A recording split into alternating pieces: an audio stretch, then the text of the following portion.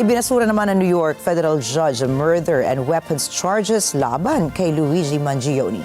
Si Mangione po ang suspect sa pagpatay kay United Healthcare CEO Brian Thompson noong December 2024. Narito ang report ni Net25 correspondent Miley Simbulan.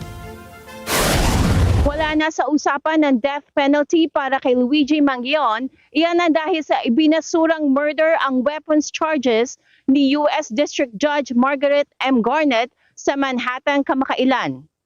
Matatandaang nag-tweet ng not guilty ang 27 taong gulang na si Mangione sa murder, weapons and stalking charges. Suspect si Mangione sa pagpatay kay United Healthcare CEO Brian Thompson sa Midtown Manhattan noong 2024.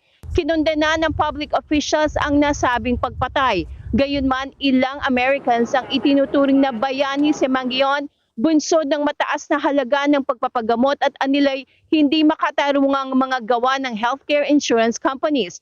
Pinangangatwiranan ni Judge Garnett ang kanyang pasya at sinabing legally incompatible ang murder and weapons charges sa dalawang reklamo ng stalking na hinaharap ni Mangione. Naunang inischedule ng judge ang jury selection sa Setyembre. Hiwalay din ang nag-plead ng not guilty si Mangione sa murder, weapons and forgery charges sa Manhattan State Court.